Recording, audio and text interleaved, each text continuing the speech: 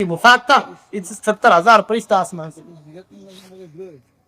کمرے میں ان کا جنازہ رکھا ہوا. اللہ کے رسول کمرے میں آگے بڑھتے پیچھے ہٹ جاتے, آگے بڑھتے پیچھے ہٹ جاتے. لوگ کہتے یا رسول اللہ کمرہ خالی ہے, اندر آ جائیے. اللہ کے رسول فرما رہے اتنے فرشتے ہیں جنازے کے ارد گرد کہ کمرے میں داخل ہونے کی میں جگہ دے. تو یہ ہے وہ کامیاب لوگ. ہم چھوٹی چھوٹی چیزوں کے واسطے میرے علاقے والے کیا کہیں گے, میرے خاندان والے کیا کہیں گے, میرے یار دوست کیا کہیں گے, ہم یہ کر رہے. اور یہ ایسی قربانی دینے والے, ایسی قربانی دینے والے, اس سے امت بنتی ہے. یہ جذبات کی قربانی ہے, جذبات کی سب سے بڑی قربانی وہ یہ قربانی. پھر نمبر دوسری چیز جو میں بڑے اہتمام سے آپ حضرات کے سامنے رکھنی ہے, جو میں بڑے اہتمام سے رکھنی ہے, آپس کی اجتماعیت کے لیے اسباب اجتماعیت کو اختیار کرنا. ایک ہوتے ہیں اسباب افتراق, ایک ہوتے ہیں اسباب اجتماعیت. اسباب افتراق کو چھوڑنا پڑتا ہے, اسباب اجتماعیت کو اپنانا پڑتا ہے. دونوں چیزیں سمجھیے گا اچھی طریقے سے. اسباب افتراق میں سب سے بڑا سبب وہ حسد ہے جو ساتھیوں کو توڑ کر رکھ دیتا, جو ساتھیوں کو. حدیث شریف کے اندر آتا ہے کہ سوکھی ہوئی لکڑیوں کو جتنی جلدی آگ جلاتی ہے اس سے بھی جلدی حسد نیکیوں کو جلا دے. نیکیوں کو کیا کر دیتا ہے, اللہ کو جلا دیتا ہے. اس واسطے حسد نہیں ہونا چاہیے. اللہ کے رسول صلی اللہ علیہ وسلم جن کا سینہ مبارک سب سے زیادہ کشادہ سینہ مبارک, جن کی زبان مبارک سب سے زیادہ عمدہ زبان مبارک, جن کا قلب اثر سب سے زیادہ وسیع قلب مبارک, فرمایا کرتے تھے میرے سامنے میرے ساتھیوں کی برائی مت کیا کرو. میں چاہتا ہوں جس کو تمہارے درمیان نکلوں سب کی طرف سے میرا سینہ صاف. سلامت الصدری من الغش والحسد, من الغش والحسد, سینے کا صاف ہونا, اس کی وجہ سے حسد سے صاف ہونا, برائیوں سے صاف ہونا. حسد کا کام ہوتا ہے نیکیوں کو زائل کرنا. جو نعمت اللہ نے دی ہے وہ نعمت کسی طرح تنا کے پاس باقی تھا. سب سے پہلا حسد جو ہوا ہے آسمانوں میں شیطان نے حسد کیا ہے. کیا حسد کیا کہ میں آدم کو سجدہ کیوں کروں. یہ آسمانوں میں ہونے والا پہلا حسد. زمین پر سب سے پہلا حسد ہے جو کس نے کیا ہے, قابل نے کیا ہے اپنے بھائی حابل کے اوپر. یہ سب سے پہلا قتل جو دنیا میں ہوا ہے وہ حسد کی وجہ سے ہوا. سب سے پہلا قتل دنیا میں کس کی وجہ سے ہوا, حسد کی وجہ سے. حسد تھا کہ یہ میری کیوں نہیں بنی, یہ اس کی کیوں بن گئی. اس لیے میرے محترم دوستو اس بات کو دل کے اوپر لیجئے. حسد سے بچنے کا کیا راستہ ہے, پیٹھ پیچھے ساتھیوں کے لیے دعائیں کرنا. ساتھیوں کی جب بھی غلطیاں آئے ان موقعوں کے اوپر ساتھیوں کی قربانی کو یاد کرنا. یہ بہت بنیادی بات آپ ساتھ کرنا. جب بھی کوئی بات پیش آئے برت ساتھیوں کی کیا یاد کرنا. ہمیں غلطیاں یاد رہ جاتی ہیں, قربانیوں کو بھول جاتے. غلطیاں کیا رہ جاتی ہیں, یاد رہ جاتی ہیں. کس کو بھول جاتے ہیں, قربانیوں کو بھول جاتے, بڑی بڑی قربانیوں کو. حضرات صحابہ رضی اللہ اجمعین غلطیوں کے مواقع پر اپنے ساتھیوں کی قربانیوں کے اس طرح تذکرہ کیا کرتے تھے. غلطی چھوٹی ہو جایا کرتی تھی, قربانی بڑی نظر آتی ہے.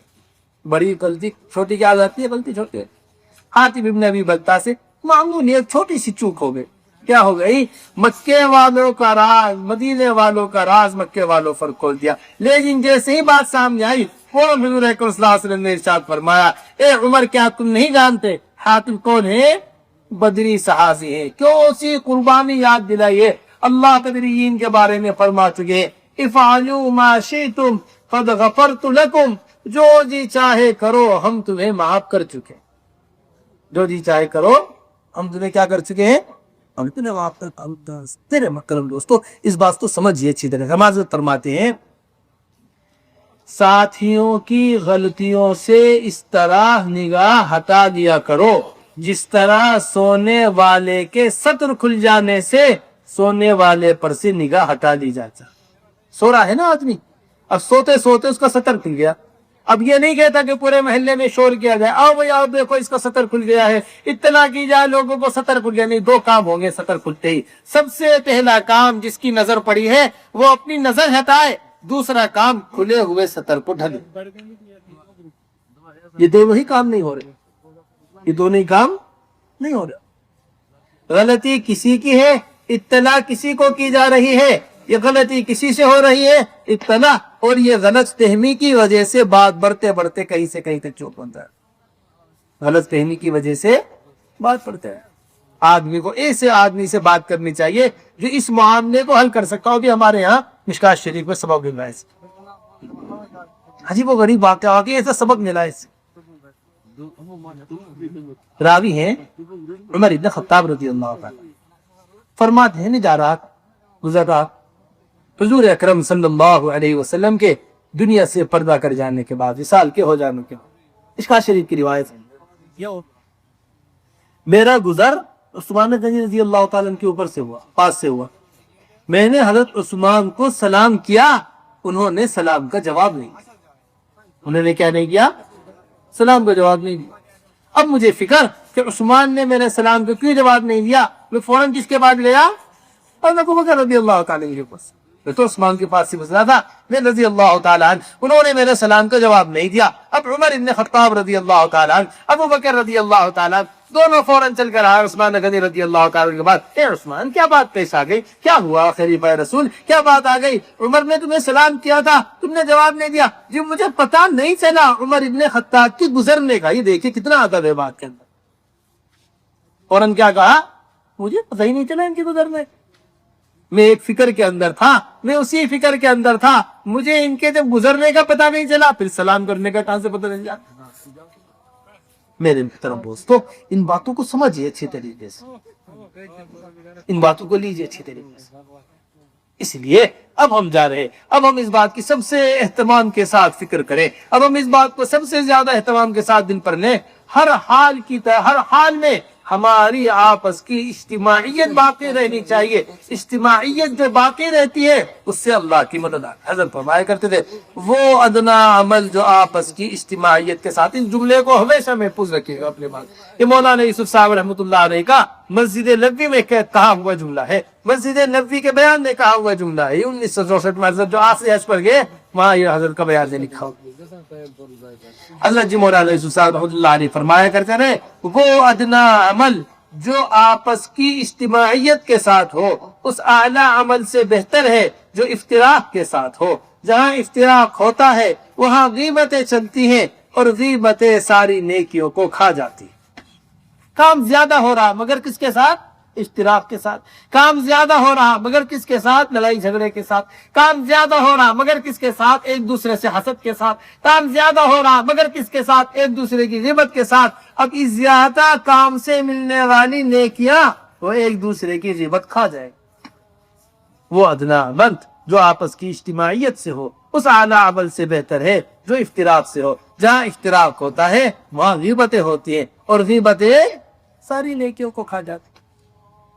واسطے آپس کی اجتماعیت بہت بڑی چیز. حضرات صحابہ رضی اللہ عنہم اجمعین حضور اکرم صلی اللہ علیہ وسلم کے ساتھ تشریف فرما. اللہ کے رسول صلی اللہ علیہ وسلم نے پوچھا بتا اسلام کا کلا کسے کہتے ہیں؟ حضرات صحابہ نے فرمایا رسول اللہ جہاد کے اسلام کا کلا کہتے ہوں گے. نہیں بتا اسلام کا کلا کسے کہتے ہیں؟ یا رسول اللہ نماز کو اسلام کا کلا کہتے ہوں گے. نہیں بتا اسلام کا کلا کسے کہتے ہیں؟ یا رسول اللہ زکوٰۃ کو اسلام کا کلا کہتے ہوں گے، مال کے خرچ کرنے کو. نہیں یا رسول اللہ آپ ہی بتائیے اسلام کا کلا کیا چیز ہے؟ کیا چیز ہے یہ اسلام کا کلا؟ فرمایا الحب للہ والبغض للہ.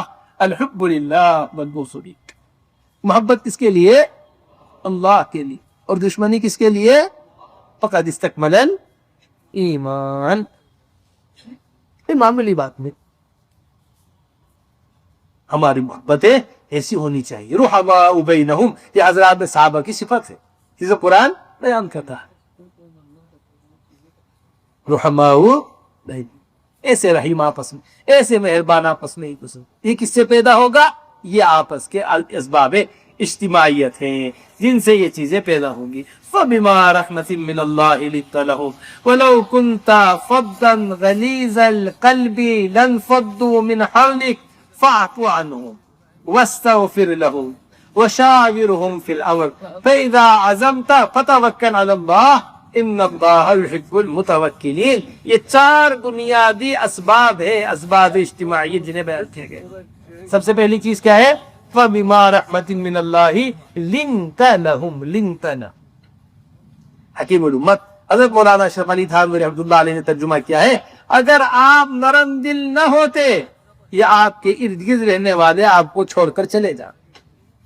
کس سے کہا جا رہا؟ لنتنا. سب سے پہلی چیز دعوت کے لیے، سب سے بنیادی اصول ہمارے کام کا، سب سے بنیادی اصول وہ مزاج کے اندر نرمی کا پیدا ہونا ہے. سختی سے کام نہیں چلتا، نرمی سے کام چلتا. کسی کو بھی ڈانٹ دیا، کسی کو بھی ڈپٹ دیا، کسی کو بھی برا بلا کہہ دیا، کسی کو بھی کچھ کہہ دیا، کسی کو بھی کچھ کہہ دیا، یہ تنگ نظری ہے. اس سے کبھی کہا جراحات السنابل التیام ولا یلتام ما جرح اللسان. ہتھیاروں کے لگے ہوئے زخم بھر جاتے ہیں، لیکن جو زبان زخمی کرتی ہے وہ اس کا کوئی مرہم نہیں ہوتا. زبان کے زخم ہوتے ہیں نا، ان کا کیا نہیں ہوتا؟ ان کا کوئی مرہم ہی نہیں ہوتا. وہ ہمیشہ الفاظ چھپتے ہی رہتے ہیں. پوری زندگی کیا ہوتا رہتا ہے؟ الفاظ چھپتے رہتے ہیں. اس لیے میرے محترم دوستو، سب سے پہلی اور بنیادی ضرورت اس وقت کی ہماری یہ ہے، اپنے مزاجوں میں نرمی پیدا کیجیے. یہ حضور اکرم صلی اللہ علیہ وسلم کی نرمی ہے، نرمی. یہ حضور اکرم صلی اللہ علیہ وسلم کے اخلاق ہیں، اخلاق.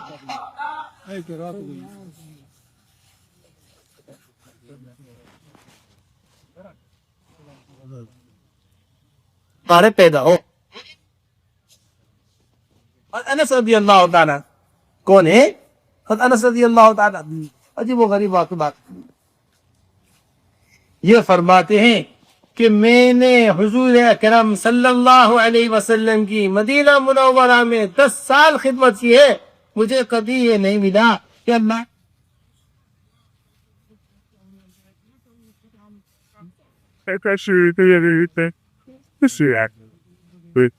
Oye, pues, ya,